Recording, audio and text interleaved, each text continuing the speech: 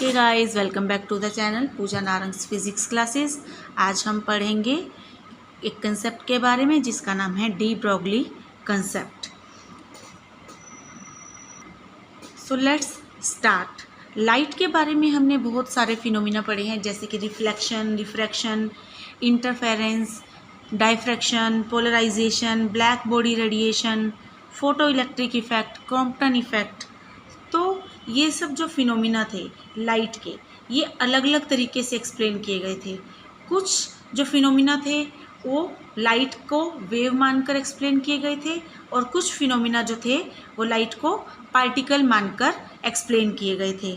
For example अगर हम बात करें reflection, refraction, interference, diffraction, polarisation, इन फिनोमिना में हमने क्या किया था, लाइट को वेव माना था।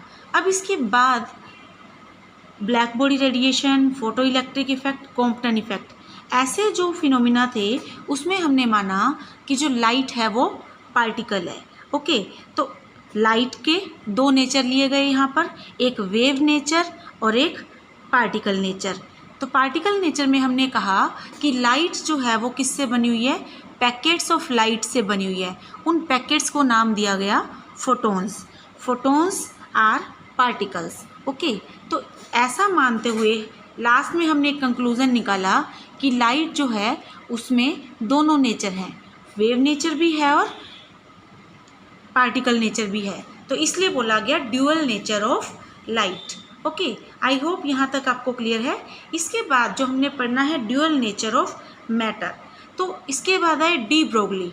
डी ब्रोगली ने कहा कि देखिए एक्सपेरिमेंटली हमने ऑब्जर्व किया है कि इलेक्ट्रॉन्स क्या हैं, पार्टिकल, प्रोटॉन्स क्या हैं, पार्टिकल, मैटर क्या है, पार्टिकल।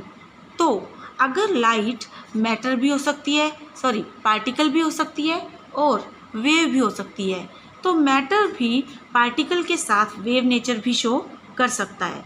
तो इसलिए डी ब्रोगली ने एक स्टेटमेंट दी। इस स्टेटमेंट को क्या कहा गया, de Broglie concept, if light possesses the properties of both wave and particle, then matter also will have the properties of wave। तो इसके बेस पे ये जो स्टेटमेंट थी क्या एक्सप्लेन किया गया कि अगर लाइट के पास वेव और पार्टिकल दोनों की प्रॉपर्टीज़ हैं, ओके, तो मैटर के पास सिर्फ पार्टिकल नेचर ही क्यों, मैटर के पास पार्टिकल नेचर ही क्यों, मैटर में भी तो वेव नेचर हो सकता है, राइट। तो जैसा कि हम सब ने सुना है नेचर लव्स सिमिट्री, तो अगर पार्टिकल के पास वेव नेचर आ रहा है मीन्स मैटर के पास भी क्या आ रहा है, वेव नेचर। तो डी ब्रोगली की स्टेटमेंट फिर से एक बार कर रहे हैं, if light possesses properties of both wave and particle then matter particles must also possess the wave properties along with the particle nature, right. तो डी ब्रोगली ने इसके बाद दिया एक हाइपोथेसिस जिसका नाम था wave nature of matter, like this, wave nature of matter. De Broglie की स्टेटमेंट क्या थी, D Broglie stated that dual nature of radiation should not be confined to radiation, it can also be shown by the moving matter particles. तो de Broglie ने कहा कि जो radiation का nature है मीन्स जो ड्यूअल नेचर है वो सिर्फ रेडिएशन तक ही कंसिडर नहीं होना चाहिए, वो मूविंग पार्टिकल से भी शो होना चाहिए। लाइक जो मूविंग पार्टिकल्स हैं वो भी दोनों नेचर शो करेंगे, कौन कौन से, वेव नेचर भी और पार्टिकल नेचर भी। ओके, सो दस एनी मटेरियल पार्टिकल, तो ये एक स्टेटमेंट है जो आपको एग्ज़ाम में राइट करनी है और ये बहुत ही इम्पोर्टेंट है। दस any material particle whatever its nature be in motion has wave properties associated with it। Means अगर कोई मटेरियल पार्टिकल मोशन में है, पार्टिकल का नेचर कैसा भी हो, चाहे वो चार्ज हो और कैसा भी, any material particle what ever its nature be in motion, जब ये मोशन में होगा, has wave properties associated with it. Means जब भी कोई मटेरियल पार्टिकल मोशन में होगा तो उसके साथ एक वेव एसोसिएटेड होगी, और इन्हीं वेव्स को क्या कहा जाएगा, matter waves. So the waves associated with material particles in motion are called matter waves. अब इन्हीं वेव की करेक्टरिस्टिक्स क्या होंगी उसको स्टडी करने के लिए हमने क्या फाइंड आउट की, इसकी wavelength. The wavelength of these waves is given by lambda is equal to h upon p. P is equal to momentum, so p is equal to m v, h upon m v. This equation is called de Broglie wave equation. M v is equal to h upon lambda. तो यहाँ से हमने find out किया mb is inversely proportional to lambda, thus momentum is inversely proportional to wavelength associated with the wave. Now let's prove de Broglie wave equation.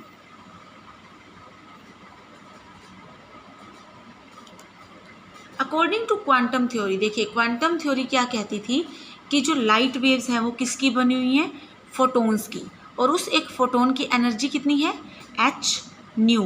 और अगर एक और method होता है एनर्जी का, जो कि आइंस्टीन की मास एनर्जी इक्विवेलेंस इक्वेशन से आता है. If photon has a mass m then its energy is given by E is equal to mc square, where c is the velocity of light. So h nu is equal to mc square. mc is equal to h nu upon c. यहाँ से जो c square था उसका एक c मैंने इसके by में right किया है, सॉरी हाँ, एक सी इसके बाई में राइट किया है और एक सी को यहीं इसकी पोजीशन पे रहने दिया है, एच न्यू अपॉन सी. तो हमें यहाँ से एक और इक्वेशन पता है, lambda is equal to c upon nu. Nu frequency को शो करता है. तो अगर lambda is equal to c upon nu है, यहाँ पे हमारे पास है न्यू अपॉन सी उल्टा, तो हम क्या लिखेंगे, m c is equal to h upon lambda, where m c क्या है, मोमेंटम किसका, फोटोन का. ऐसा क्यों, क्योंकि देखिए जो मोमेंटम है उसका फॉर्मूला क्या होता है, p is equal to m v. v is velocity. तो वेलोसिटी जो फोटोन है, photon is a particle of light, right. तो लाइट की जो वेलोसिटी है, लाइट की जो स्पीड है वो क्या होती है, c is equal to 3 into 10⁸. तो इसलिए v की जगह यहाँ क्या लिखा गया, c. M c is equal to p. p होगा यहाँ पे मोमेंटम ऑफ फोटोन. तो यहाँ से हम क्या लिख सकते हैं, lambda is equal to h upon m c इस इक्वेशन से, और एम सी को हम लिख सकते हैं एच अपॉन पी, राइट. तो जो वेवलेंथ एसोसिएटेड है विद द मैटर पार्टिकल वो कैसे दी जाएगी, lambda is equal to h upon p, where h is Planck's constant. H हम लिख सकते हैं प्लैंक्स कांस्टेंट, जो कि एक इम्पोर्टेंट क्वांटिटी है और बार बार यूज़ होती है. इसके बाद आता है एक इम्पोर्टेंट कंसेप्ट जो कि आपको याद रखना है, keep in mind. If a particle is at rest it will show only particle nature. अगर कोई पार्टिकल रेस्ट पे है तो वो हमेशा सिर्फ और सिर्फ पार्टिकल नेचर ही शो करेगा, उसके साथ वेव एसोसिएटेड नहीं होगी. The concept like de Broglie, Schrodinger equation, wave function, etc. of modern physics arise only when the particle is in motion. तो ये जो जितने भी कंसेप्ट हैं, de Broglie, Schrodinger equation, wave equation, wave function, ये सब कभी तभी अराइज होते हैं जब हम पार्टिकल को मोशन में कंसीडर करते हैं, क्योंकि जब पार्टिकल मोशन में होगा तभी उसके साथ एक वेव एसोसिएटेड होगी, और वो जो वेव होगी उसकी वेवलेंथ क्या होगी, lambda is equal to h upon p. इसका एक मैथमेटिकल प्रूफ की अगर हम बात करें तो हम कुछ इस तरह से राइट कर सकते हैं, जब पार्टिकल रेस्ट पे है देन इट्स वेलोसिटी इज 0, तो इसका मोमेंटम क्या हुआ, m v is equal to 0.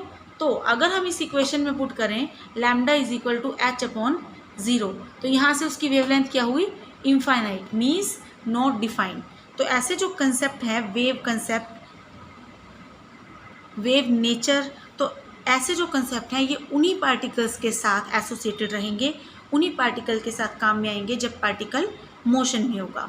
अब चलते हैं आगे, एक इम्पॉर्टेंट और कंसेप्ट करते हैं, relation between kinetic energy and momentum.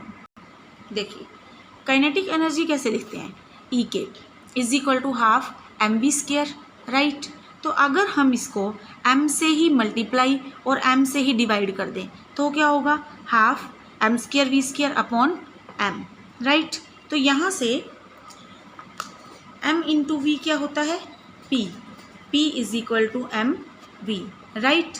तो अगर मैं m² v² को p² लिख दूँ तो कोई फ़र्क नहीं पड़ेगा, तो हम काइनेटिक एनर्जी को क्या लिख सकते हैं, p² upon 2m।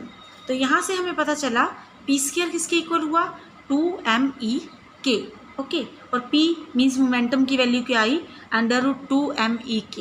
This is very important और ये आगे यूज़ होगा इससे नेक्स्ट कंसेप्ट में जो मैं आपको अभी करवाने वाली हूँ। So our next concept is de Broglie wavelength in various cases. बहुत सारे केसेस में डी ब्रोगली की वेवलेंथ बहुत इंपॉर्टेंट है और ये नेट के एग्जाम में अक्सर पूछी जाती है।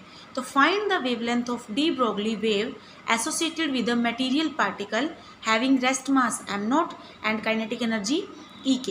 देखिए इस क्वेश्चन में हमें क्या फाइंड आउट करना है, डी ब्रोगली वेव की वेवलेंथ एक मटेरियल पार्टिकल के साथ एसोसिएटेड जिसका रेस्ट मास m0 है और काइनेटिक एनर्जी क्या है, E_k। तो देखिए हमें नहीं पता कि केस रिलेटिविस्टिक है या फिर नॉन रिलेटिविस्टिक, राइट। तो मैं क्या करूँगी, दोनों केसेस के लिए वेवलेंथ फाइंड आउट करूँगी।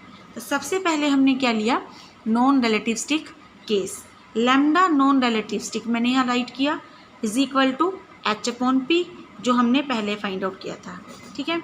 अब क्या आया, h/√2me_k। यहाँ से हमने मोमेंटम की वैल्यू पुट की जो हमने अभी अभी फाइंड आउट की थी आपके सामने, और मैंने आपसे कहा था कि ये बहुत इंपॉर्टेंट है। This is the relation between momentum and kinetic energy, okay. तो यहाँ मैंने वो वैल्यू पुट की है, h/p is equal to h/√2me_k। E_k क्या है यहाँ पे, उसकी काइनेटिक एनर्जी। तो देखिए मैंने यहाँ फाइंड आउट कर दी लैम्डा नॉन रिलेटिविस्टिक, ये यही आएगी h/p, और यहाँ तक हमारा आंसर आ गया। कब, जब हमसे सिर्फ और सिर्फ नॉन रिलेटिविस्टिक केस पूछा जाए। और अगर आपसे कोई भी केस नहीं पूछा गया, इन दैट केस आपको दोनों ही केसेस का फाइंड आउट करना है। Second case, if the particle is relativistic ramp.